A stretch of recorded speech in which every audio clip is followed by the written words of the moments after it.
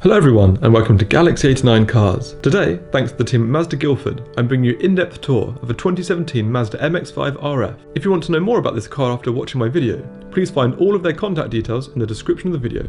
The cars presented here are in Soul Red and Machine Grey Metallic. The RF is Mazda's new front-engined, rear-wheel drive sports car. When designing the new RF, Mazda employed two approaches: Kodo, which represents the soul of motion, and Jinba Itai, an archaic term which represents the unity between horse and rider. It is clear that with this design philosophy, the RF has been designed to provide a harmonious, unified driving experience, tied in with elegant yet dynamic aesthetic. Two petrol engine options are available for the RF. A 2-litre, which is featured in the limited run launch edition, and a smaller 1.5-litre. The retractable roof, which takes 12 seconds to complete its cycle and can be operated up to 6 miles per hour, adds 45 kilograms to the car's weight, which is 1,090 kilograms, affecting performance slightly.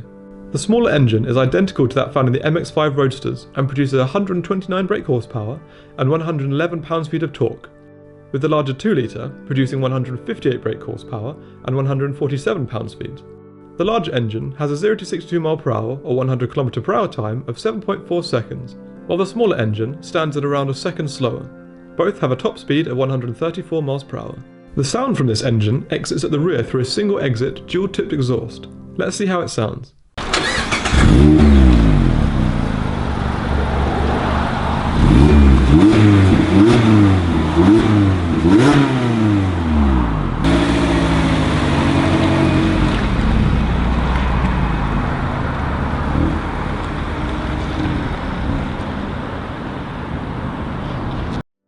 The 1.5-litre car gets 16-inch gunmetal alloys, front and back, with the 2-litre launch edition receiving 17-inch BBS wheels.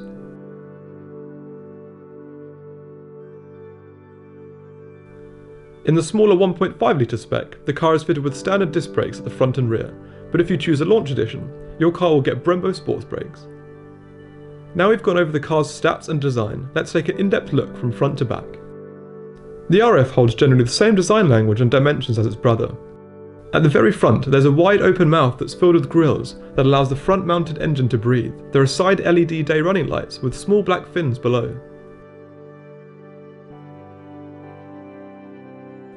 The adaptive xenon headlights are set aggressively into the bonnet, with a sharp line continuing on and a slight overhang on the bonnet. The bonnet itself has subtle but important sweeping lines on each side that help to accentuate the width of the front arches.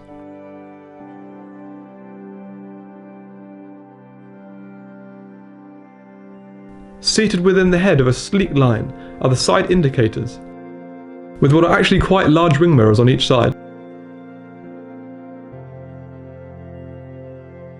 Below, the RF is fitted with sleek black side skirts.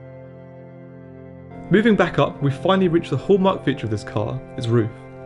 There's a gloss black strut that acts as a windbreak and presumably offers increased rigidity, as do the black struts to the sides. Just before the boot, there's also a brake light LED strip.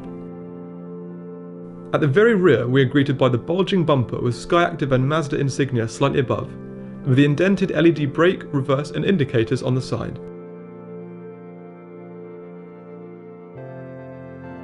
At the bottom, there are more considerately styled cutaways in the bumper with more lights. Now we've taken a look at the exterior, let's move to the interior. The RF features keyless entry, with the handle being operated in the typical manner. The interior space itself is quite limited, but it doesn't feel it. It feels very well thought out with quality materials and an ergonomic approach. The interior is constructed with a human-centered design, where control, safety and driving pleasure are the prime mandates. Here, it's upholstered mainly in black leather with red contrast stitching. There's also an Alcantara dash with aluminium and plastic components and covers. As mentioned in some of my other videos, I'm 183 centimeters tall. Getting in and out of the RF, even with the roof closed, was a stress-free process. I was definitely able to identify the Jinba Itai design mandate. Before taking a more in-depth look at the interior, I'll now take you on a short POV tour.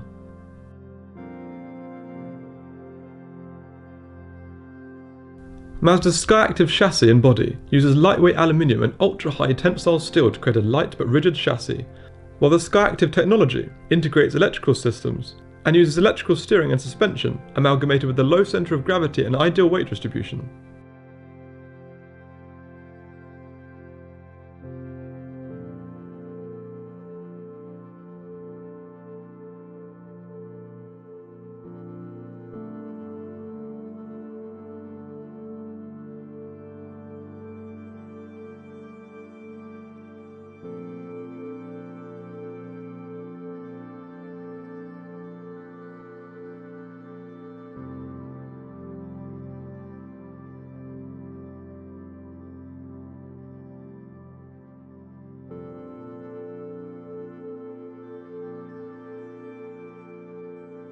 Now in more detail, let's start with the doors.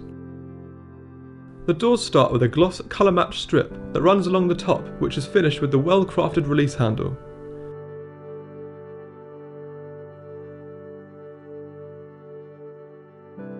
Below, the rest of the door is upholstered here in black leather with a carbon fibre effect inlay around the window and mirror controls.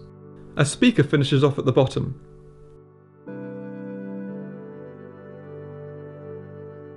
Moving inwards, the bonnet release catch is first, with a button to turn the traction control off above, as well as the first air vent. Next is the leather upholstered steering wheel that is minimalistic in its design despite holding quite a few buttons. Controls on the left are for voice, call and skip track, with controls on the right for trip and cruise control.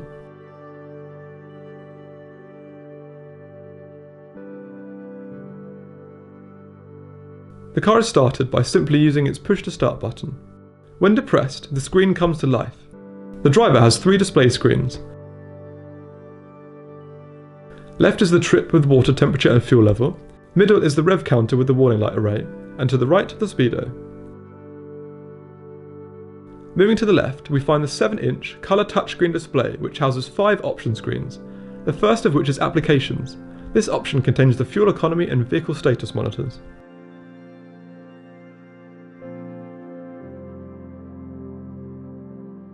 Next is Entertainment.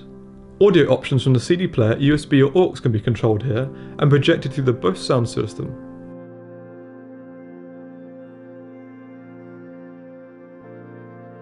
Moving right, next is the communication menu, where mobile phones can be connected and used through the car's hands-free system, either to call or text. The second to last screen is for navigation.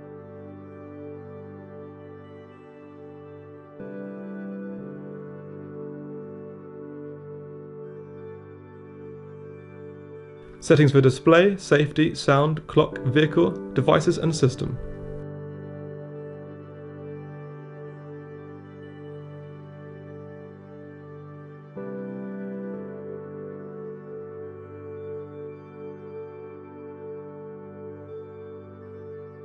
In addition to being touchscreen, the screen can be controlled using the multifunctional knob in the central column, as well as direct menu buttons with the volume knob behind.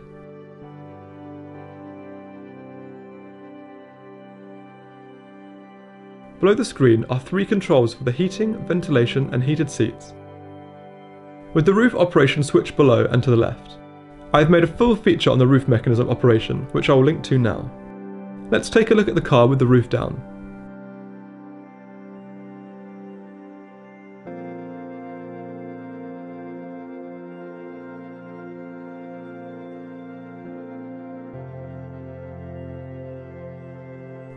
Back inside, there's a cup holder on the driver's side, which is just in the front of the 6-speed short shift manual selector.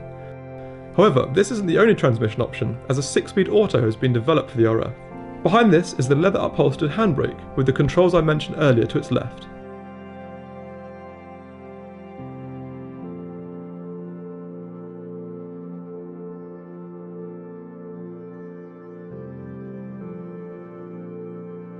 Between the seats there is another cup holder as well as a CD player. Above this, the rear window can be operated separately from the roof. The seats are fully upholstered in leather and are actually quite comfortable. I didn't drive the car so I can't really comment on the amount of support they offer. They also feature a headrest Bose speaker. The manual controls used to adjust them are found to the side. Now let's take a look at the car's storage capabilities.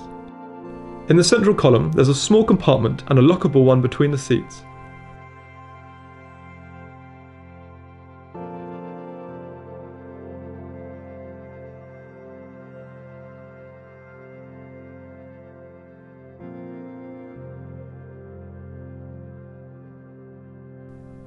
Moving outside, the boot is opened using the button found just above the number plate, a location I've never seen utilised for such a purpose. The roof has the same size boot as a standard MX-5 at 130 litres.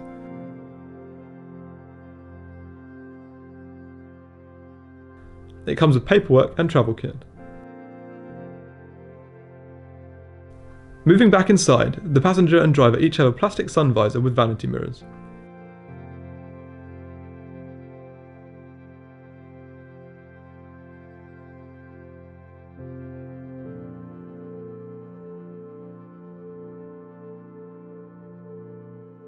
As my tour is drawing to a conclusion, let's close the roof.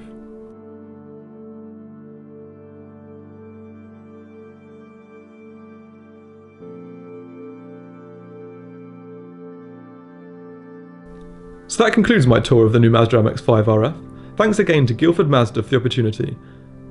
As I previously stated, all of their contact details are in the description of the video. Please subscribe for the latest content, and until next time, cheers.